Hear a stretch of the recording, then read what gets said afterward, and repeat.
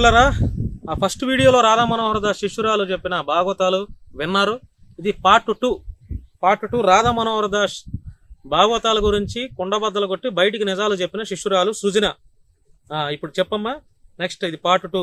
ఏం చెప్తున్నావు చెప్పు. రాధా మనోహర్ ఎన్నో సార్లు ఎంతో మంది మన గ్రూప్ లో వాళ్ళు, గురువు గారు మీరేంటి బ్రహ్మచారా, మీరు సన్యాస ఏంటంటే, మీరు ఏదంటే అదేనమ్మా, మీరేది. నాకు తెలిసి వీడు బ్రహ్మచారి అనరు.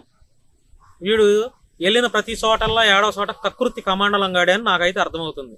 ఎందుకంటే వీడు గతంలో పులిహార కలిపాడు ఒక అమ్మాయితో. 100 మందిని పిల్లల కనాలని ఉంది, లేకపోతే కండబట్టిన ఫోటోలు పెట్టాలి, ఐ లవ్ యూ అని ఏ రకంగా మాట్లాడో మనందరికీ తెలుసు, అవునా కదా? సో వీడు బ్రహ్మచారి ఎందుకు అవుతాడు? లేదు, కాదు, తప్పమ్మా, ఆ మాట అనకూడదు. రాధా మనోహర్ దాస్, నువ్వు ఎవరినైనా అను బ్రహ్మచారి అని. రాధా మనోహర్ దాస్ కానీ బ్రహ్మచారి అంటే నేను ఒప్పుకోను, నిన్ను ఖండిస్తున్నా చెల్లాయి. ఇంకేం చెప్తున్నావు చెప్పు. మనోడు భాగవతాలు ఏదైనా అనుకోండి, సన్యాసి అనుకోండి, సన్యాసిని అనేసి అన్నారు ఒకసారి. చాలా సార్లు చాలా మందితో ఇలాగ అన్నారు, మీరు సన్యాసి అనుకుంటే నేను సన్యాసినే అనేసి అనేవాళ్ళు.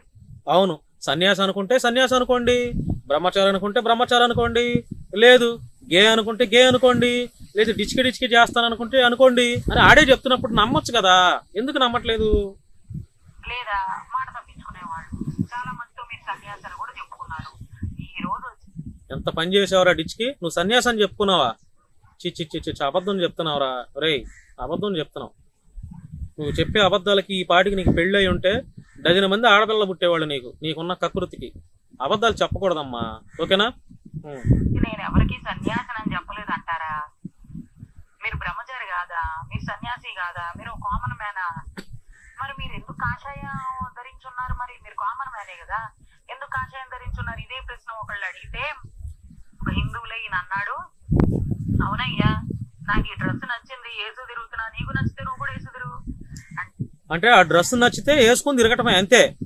ఆ కాషాయానికి ఉన్నటువంటి విలువేంది, ఆ కాషాయం యొక్క సంకేతం ఏంది, కాషాయ బట్టలు ఎందుకు వేసుకుంటారు అనేది చెప్పడం. నచ్చింది వేసుకున్నా అంతే, అందుకే వేసుకున్నాడు వీడు, ఈ డిచ్కి బాబా గారు కాషాయం వస్త్రాలు. కాషాయం అంటే నీకు అంత తేలిగ్గా ఉందన్నమాట. తేలిగ్గానే ఉందమ్మా. సన్యాసం ప్రచారం చేసేసుకుంటే సన్యాసం అనేది ఎంత కష్టతరమైన లైఫ్ స్టైల్ నీకు తెలుసా? నీకేం తెలుసు? నీకేమి తెలీదు. రామాయణం నీకేమి తెలీదని నేను. నువ్వేందమ్మా వీడికి రామాయణ గ్రంథాల గురించి ఒక్క ముక్క కూడా తెలియదని నేను ఎన్ని వీడియోలు చేశానో అన్ని వీడియోలు చేశా. నువ్వు ఇప్పుడు చెప్తున్నావమ్మా వీడికి రామాయణం కాదు, అసలు దేని గురించి తెలియదు వీడికి. Waste fellow.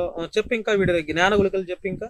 టెస్ట్ చేసి తెలుసుకున్నా ఎన్నో సార్లు. నేను అడిగా, అదేంటి గురువు గారు మీరు సీతాదేవి గురించి, సీతాదేవి అక్కడ అదేదో మాట్లాడింది, ఇక్కడ ఇదేదో మాట్లాడింది అంటున్నారు, అసలు రామాయణంలో లేదు కదా, అది ఇదని ప్రశ్నిస్తే అబ్బాయి ఏదో మాట్లాడేశానమ్మా, ఏదో కంగారులో ఏదో మూడ్లో ఉండి మాట్లాడేసా అన్నారు. అలాగే మీరు 2-3 సార్లు మాట్లాడారు. నేను అప్పుడు అనుకున్నా, అప్పుడు ఏదో మూడ్లో ఉండి మాట్లాడాను అన్నాడు, కానీ తీరా చూస్తే 2-3 సార్లు అలాగే మాట్లాడుతున్నాడు. అంటే ఈయనకి రామాయణం తెలియదు. అమ్మా కనిపెట్టేసావు, నీకు అవార్డు ఇవ్వాలమ్మా. నువ్వు ఎవరు ఎక్కడ ఉంటావో తెలిస్తే నీకు వచ్చి నేను సన్మానం చేస్తా. దయచేసి ఈ వీడియో కనుక చూస్తే సుజనా చెల్లాయి అక్కాయ్, దయచేసి నాకు కాంటాక్ట్ అవ్వమ్మా. నా నెంబర్ స్క్రీన్ మీద వేస్తాను. నీతో ఒక ఇంటర్వ్యూ చేస్తా. వీడి జ్ఞాన గులికలు, వీడి యొక్క అరాచకాలు, వీడి భాగవతాలు ఇంకా ప్రజలకు తెలియజేద్దామమ్మా. దయచేసి కాంటాక్ట్ అవ్వు. లేదంటే ఎవరైనా సుజనా అన్న చెల్లె అక్క నెంబర్ ఉంటే నాకు ఫార్వర్డ్ చేయండి, మాట్లాడతాను నేను. అలాగే అన్నమయ్య కీర్తనల దగ్గర కూడా నేను అలాగే మిమ్మల్ని టెస్ట్ చేసుకుని మీకు ఏమీ తెలియదని నేను నిర్ణయించుకున్నా. నేను రామాయణం చదివాను, భారతం, భాగవతం, ఉపనిషత్తులు అన్ని చదువుతూ ఉంటాను. అక్కాయి నేను కూడా చదివాను అక్కాయి, నువ్వే కాదు. రామాయణం కాస్త కొత్త చదివా, భాగవతం చదివా, వేదాలు ఉపనిషత్తులు చదివాను అక్కాయి. కాస్త కొత్త శ్లోకాల మీద కూడా నాకు ఉందక్కాయి. వీడికి లేదు, నీకుందో ఓకే, నువ్వు చదివావు. ఎందుకంటే నువ్వు క్రైస్తవులతో, పాస్టర్లతో నువ్వు పోరాటం చేయాలి కాబట్టి, వాళ్ళని విభేదించాలి కాబట్టి, వాళ్ళు ఏ క్వశ్చన్ అడిగినా నీ దగ్గర ఆన్సర్ ఉండాలి కాబట్టి నువ్వు చదివావు, నేను ఒప్పుకుంటా. డిస్కీ బాబా గారు చదివాడంటే నేను ఒప్పుకోను అక్కాయి, ఒప్పుకోను. ఓకే, ఇంకేం చెప్తావు చెప్పు. వాడు అరాచకాలు వాడి మీకు తెలుసు. అందుకు కాదు మీరు అమ్మ ఫలానా వాళ్ళకి నువ్వు కాస్త చెప్పమ్మా, ఈ రామాయణ గొప్పదనం చెప్పమ్మా, ఫలానా వాళ్ళకి జపం అది ఎలా చేయాలో చెప్పమ్మా, ఆధ్యాత్మికంగా ఎలా ఉండాలో చెప్పమ్మా అని ఎంతమందికి నా ఫోన్ నెంబర్లు ఇచ్చి వాళ్ళని చేయమంటే, వాళ్ళు నాతో మాట్లాడితే, ఫలానా వాళ్ళతో మాట్లాడాలండి గురువు గారు, అది చెప్పానులే ఇది చెప్పానులే, ఎన్నిసార్లు నేను మీకు చెప్పాను. ఈ రోజు నేను క్రైస్తవురాలను అయిపోయానా? లేదంటే నన్ను వాళ్ళు కొన్నారు వీళ్ళు కొన్నారు అంటారా? ఎందుకు ఈ అబద్ధం బతికేందుకు?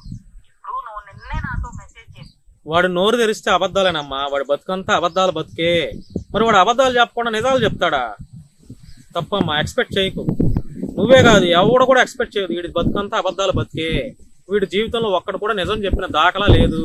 నిజాలు చెప్పడం వీడికి తెలిసిందల్లా వీడి బతుకంతా ఇతర మతాలను దూషణం చేయటం, క్రైస్తవులు కనిపెట్టిన విమానంలో ఎక్కి క్రైస్తవ దేశాలు పారిపోవటం, ఇదే వీడికి తెలుసు. ఓకే, ఇంకేం చెప్తావు చెప్పమ్మా వీడి భాగవతం. వాట్సాప్ లో అమ్మ అది అమ్మాయి కాదు అబ్బాయి ఉప్పల బాలు అనేసి, ఓను ఉప్పల బాలు ఇంకో బాలు, ఏ బాలు అయితే ఏంటి చెప్పు. ఉప్పల బాలునా? ఉప్పల బాలుగాడు ఆడి గొంతే ఒక గొంతులాగా ఉంటది. ఆడి అమ్మాయిల గొంతుతో మాట్లాడే అంత టాలెంట్ లేదు ఆడికి. ఓకేనా? ఉప్పల బాలుగాడు కాదమ్మా మాట్లాడింది, అమ్మాయే మాట్లాడింది. అది రాధా మనోహర్ దాసుకు కూడా తెలుసు. ఉప్పల బాలుగాడి మీద నింద నెట్టేస్తున్నాడా? తప్పమ్మా, తప్పు తప్పు. నువ్వు అది ఉప్పల బాలని ప్రూవ్ చేయ నువ్వు, లేదా ఇంకోటి పోను ఉప్పల బాలే అనుకుందాం నీ లెక్క. పాయింట్కి వచ్చింది అక్క. అమ్మాయితో పులిహార కలిపాడు కదా డిచ్కి గాడు, అది నేను కాదమ్మా ఉప్పల బాలుగాడు అని చెప్పి నిందేస్తుంటే ఉప్పల బాలుతో ప్రూవ్ చేయండి అని చెప్పి అక్క పాయింట్కి వచ్చింది. పాయింట్ బాగానే మాట్లాడుతుంది అక్క. ప్రకారం ఉప్పల బాలే అనుకున్నాము. ఓకే, అంటే ఉప్పల బాలు ఒక అమ్మాయి గొంతుతో మాట్లాడితే నువ్వు అంత వల్గరగా మాట్లాడతావా? పాయింట్కి వచ్చింది అక్కో. నిజమే, ఉప్పల బాలు నిజంగా అమ్మాయిలాగా అమ్మాయి గొంతుతో మాట్లాడాడే అనుకో. నీలో చలనం ఎందుకు పుట్టింది? నువ్వు సన్యాసిగాడివి కదా, నువ్వు ఎంత జాగ్రత్తగా మాట్లాడాలి.